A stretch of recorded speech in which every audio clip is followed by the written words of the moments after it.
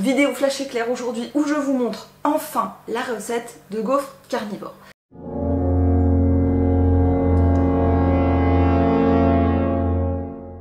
Je n'avais pas prévu de faire cette vidéo maintenant, je suis en plein déménagement, je suis en train de refaire la peinture dans mon salon, mais voilà, pendant que j'étais en train de faire une pause, je reçois une notification de quelqu'un, et qui n'est pas la première, et qui me dit « Je ne trouve pas la recette de gaufres carnivores sur internet, est-ce que tu peux nous la montrer ?» Je me suis dit bon, ça suffit, j'ai trop reporté, qu'est-ce que ça me coûte de faire la vidéo? Et puis comme ça, mon snacking de ce soir au magasin sera enfin prêt, parce qu'en ce moment c'est une catastrophe, je mange n'importe comment, je mange pas assez de gras, je suis fatiguée, je suis stressée, mes taux sont en vrac. Il est temps pour moi de faire cette petite pause cuisine et de vous montrer cette recette. Spoiler alerte, c'est désespérément simple et c'est même tellement simple que j'ai honte de vous faire une vidéo.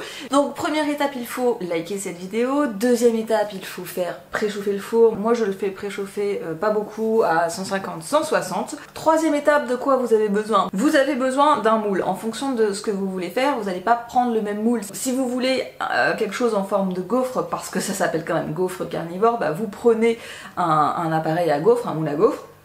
Si comme moi vous n'avez pas, vous prenez un moule. Alors moi là, comme je suis en train de déménager tout dans mes cartons, ben, j'ai ça, ce pauvre truc en silicone. J'en suis pas grand fan parce que même quand c'est sans BPA, ça transfère des xénoœstrogènes dans l'alimentation, les transferts du plastique dans l'alimentation. Le mieux c'est, je pense, d'avoir un moule qui ne soit pas en silicone, mais si c'est le cas, faudra peut-être beurrer le fond pour que ça soit plus facile à démouler. Vous pouvez prendre en forme de gaufre, en forme de muffin, en forme de ce que vous voulez. En fait, dans le fond, ça changera pas grand chose à la fin, je pense. Bref, moi j'ai ça. Ensuite, comme c'était une recette en anglais, bah forcément les mesures étaient avec leur système métrique.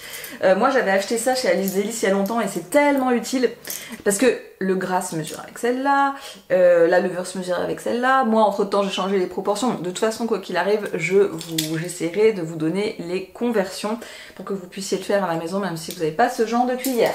Moi j'ai adapté la recette pour en faire que 2 à chaque fois. Donc pour faire 2 petits muffins comme ça, il va vous falloir 4 jaunes d'œufs. Il va vous falloir une matière grasse animale. Dans la recette originale c'était du suif de bœuf, du tallow.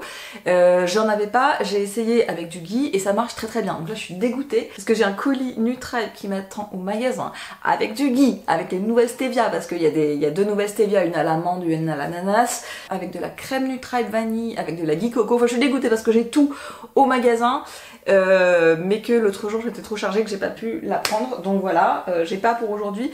Je vais essayer avec du beurre normal, mais je n'ai pas du tout la garantie que ça fonctionne aussi bien parce que le beurre normal c'est pas comme le ghee en texture, c'est pas exactement comme le ghee en composition, mais voilà, je voulais vous faire cette recette aujourd'hui, donc tant pis, c'est aujourd'hui. Donc la quantité initiale dans la recette c'était une tablespoon rase, donc ça fait l'équivalent de 15 ml, donc c'est à peu près l'équivalent de 15 grammes, on pèsera pour vérifier. Et enfin il vous faut un quart de teaspoon de levure. Bon, j'ai de la poudre à lever, hein, c'est pas exactement pareil, mais ça fera l'affaire. Initialement il y avait plus dans la recette, mais j'ai découvert que quand je mets plus qu'un quart de teaspoon, bizarrement ça donne au muffin ou au gaufre une espèce de couleur verte qui n'a pas de goût mais qui n'est franchement pas très agréable visuellement. Donc j'ai diminué et je reste sur un quart de teaspoon. Je vous montre la préparation mais c'est ultra facile.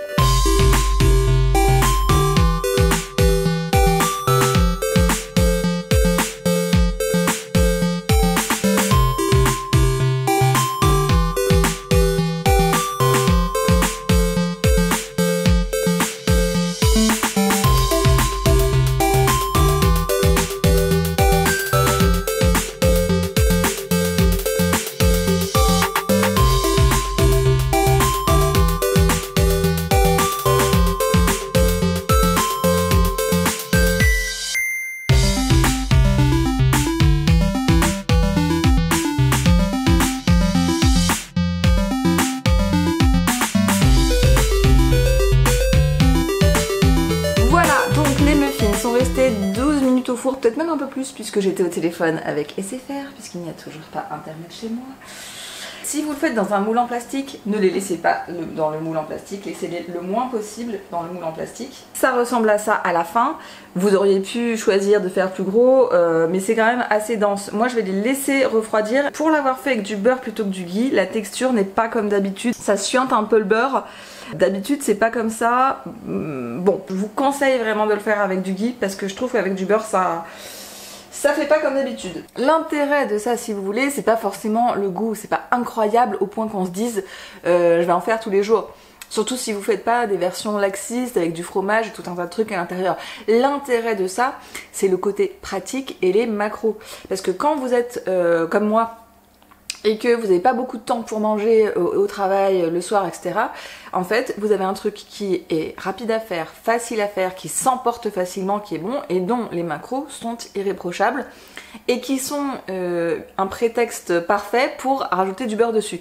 Donc franchement voilà, si vous êtes dans une configuration comme moi où vous avez 10 minutes de pause mais parfois moins, ben ça c'est bien, vous le coupez en deux, vous mettez du beurre dedans, c'est terminé, c'est pas laxiste, vous avez des protéines, vous avez du gras, vous avez tout ce qu'il vous faut et ça vous aide à tenir si vous devez manger beaucoup plus tard. C'est parti pour la dégustation. Moi ce que je préfère c'est mettre du beurre salé dessus. Vous pouvez mettre du beurre normal, vous pouvez mettre du ghee aromatisé, mais comme je vous disais je coupe une fine tranche.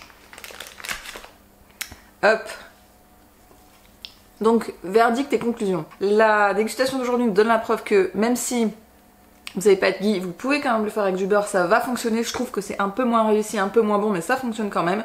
Et moi, je vais vraiment essayer de le faire avec d'autres gras, genre avec du gras de porc ou avec du gras de bœuf, parce que tous les gras animaux marchent. Et j'aimerais bien voir si ça donne une autre texture ou un autre goût. Donc si jamais vous le faites, si jamais vous testez avec du gras de bœuf, avec du gras de porc, avec de la graisse de canard, pourquoi pas. N'hésitez pas à me mettre dans les commentaires vos tests, ce que ça a donné, ce que vous recommandez, ne recommandez pas. Et je retourne à ma peinture.